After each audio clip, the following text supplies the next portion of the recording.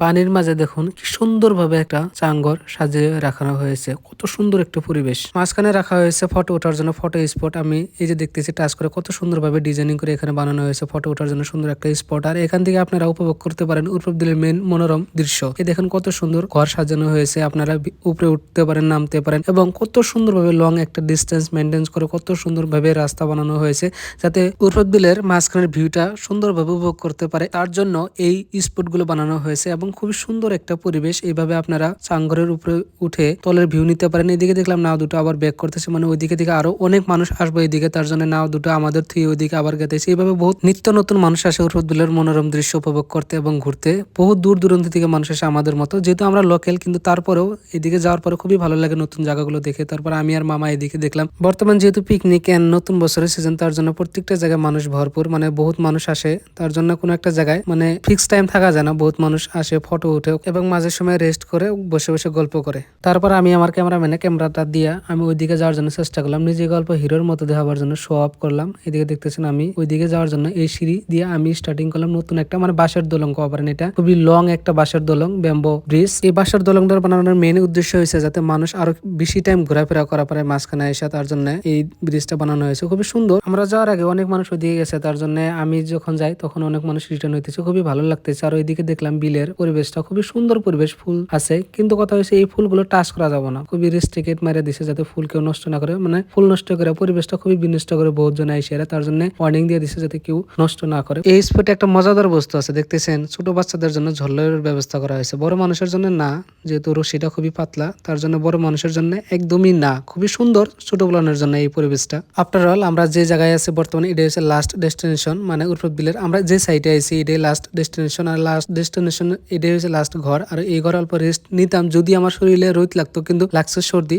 শরীরটা খুবই খারাপ, নার্ভাস মাইন্ডে, তাও ব্লকিং করে আসি। তারপরে আমি ক্যামেরাটা বাইরে ফোকাস করলাম, ফোকাস করার পরে দেখলাম সুন্দর একটা পরিবেশ। এটাই হচ্ছে উপদ্বীপের মেন সৌন্দর্য। দেন কত একটা লং একটা বিল, যে বিলে আপনারা বহুত বস্তু দেখা পাবেন। আর যে জায়গায় দৈনিক নিত্য নতুন বহুত জায়গা থেকে মানুষ আসে শুধুমাত্র পরিবেশটার এনজয় নেবার জন্য, পরিবেশটা উপভোগ করার জন্য, এবং বহুত জায়গায় সুন্দর সুন্দর ফটো শুট করার জন্য ফটো স্পট বানানো হয়েছে। খুবই সুন্দর। আমি দেখলাম এই জায়গাগুলো দেন বোতল টাচ করে, মানে ডিজাইনিংটা এত সুন্দরভাবে বানাইছে যাতে ফটো শুট করলে যাতে ব্যাকগ্রাউন্ডটা খুব ভালো লাগে, তার জন্য এই স্পট গুলো বানানো হয়েছে। আর পানির উপরে দেখুন কত সুন্দরভাবে ফুল ফুটে কত একটা সৌন্দর্য বহন করতেছে। খুবই সুন্দর লাগে উপদ্বীপের এই পরিবেশটা, যার জন্য এত মানুষকে আকৃষ্ট করে। আমাদের ভিডিও এবং ফটো শুট করার পরে আমরা রিটার্ন করার সিদ্ধান্ত নিলাম। এদিকে এসে দেখি বহুত মানুষ ভিড় বেজে গেছে, মানে না হলে দুইটা মানুষ বহুত, তো ওইদিকে ভিড় বেজে গেছে। আমি আর মামা চিন্তা করলাম যেবা করে হয়ে যাওয়াই লাগবে, কারণ একবার যদি একটা মিক্স করে দিই নাও বহুত টাইমের ব্যবধান বাইজা যাব রিটার্ন হইতে।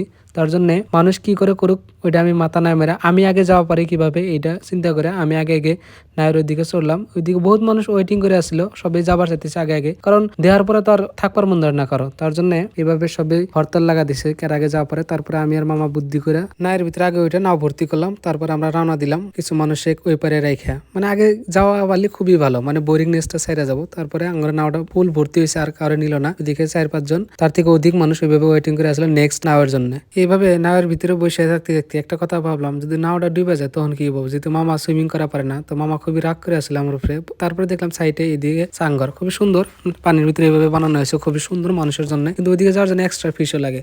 নট অনলি ফিশের কথা, অ্যাকচুয়ালি আমরা টাইম ম্যানেজ হবো না, তার জন্য আমরা আজকে ওইদিকে গেলাম না, অন্য একটা দিন যাওয়ার জন্য চেষ্টা করবো ওইদিকে, কারণ আজকে খুবই তাড়াতাড়ি আবার বাড়িতে রিটার্ন লাগে। এত সুন্দর জায়গাগুলোর ভিউ নেওয়ার জন্য মাত্র 10 টাকা পার পার্সন দেওয়া লাগে, বেশি দেওয়া লাগে না। খুবই সুন্দর একটা পরিবেশ এবং খুবই সুন্দর একটা প্রাইস, মাত্র 10 টাকা পার পার্সন। যেহেতু আঙ্গুরের কাছে টাইম খুবই শর্ট, তার জন্য রিটার্ন করা লাগে। এইভাবে মামা বাইকটা রেডি করলো, আমি বাইকের পিছনে বসে এইভাবে আরম্ভ করলাম রিটার্ন হওয়া বাড়িতে যাওয়ার। তো যাওয়ার টাইমে একটা মানুষ, একটা চিনাকি ফ্রেন্ড, একটা লক পেলাম, তো খুবই ভালো লাগলো যে উপদ্বীপে চিনাকি মানুষও পাওয়া যায় মাঝে মাঝে, খুবই ভালো লাগে। এদিকে আমি একটা হোটেল বিছরে আসলাম, মানে খুবই একটা হোটেল আছে সাইডে, যে হোটেলে ঘুগনিটা খুবই ভালো লাগে আমার কাছে, কিন্তু বর্তমান বন্ধ, বিছরেতেছি বারে বারে বন্ধ কেন আজকে। তারপরে একটা বিতর্কিত বস্তু দেখলাম, আই লাভ সামাগরি, পরে কইতেছি ডিটেইলস এটা কি অ্যাকচুয়ালি কি কারণে এই নাম দেওয়া হয়েছে। সামনে একটা গালামালা দোকানে কলাবাজি পেলাম, কলাবাজিটা আঙ্গুর দুজনেরই খুবই ফেভারিট, খুবই টেস্ট সহকারে আমরা খাই, খুবই ভালো লাগে। যখন আমরা মেঘালয় এবং গারো এরিয়ায় যখন যাই খুবই টেস্টি সহকারে এই বস্তুটা পাই, যার জন্য কলাবাজিটা দেখলে আমরা না করা পারি না, তার জন্য দুজনে 2 প্যাকেট কিনে নিলাম। এইভাবে দোকানদারের কাছে থেকে 20 টাকা প্যাকেট মাত্র। বহুতই দাবি করে অ্যাকচুয়ালি উরফত বিলের জায়গায় আই লাভ উরফত বিল না হইয়া আই লাভ চামাগুড়ি কিসের জন্য হয়? অ্যাকচুয়ালি কথা হয়েছে এই ভিলেজটার যে সাইটে আছে, সাইটের ভিলেজটার নাম হয়েছে চামাগুড়ি, তার জন্য চামাগুড়ি নাম দেওয়া হয়েছে। আর এদিকে দেখতেছেন বোট, এই বোটটা লেখা আছে বনভোজ দলীয়টি আহ্বান। যারা মদ্যপান করে আহে তাদের জন্য এই জায়গায় পারমিশন দেয় না, এবং ড্রাইভার যারা মদ্যপান করে গাড়ি টাড়ি চালায় তাদের জন্য আরো পারমিশন দেয় না। এটা এখানে স্পষ্টভাবে লিখছে। আপনারা সুস্থভাবে পিকনিক খান যান, এটা চায়। আপনারা লেখান বাড়িতে যাওয়ার টাইম হয়ে গেছে, তার জন্য আমরা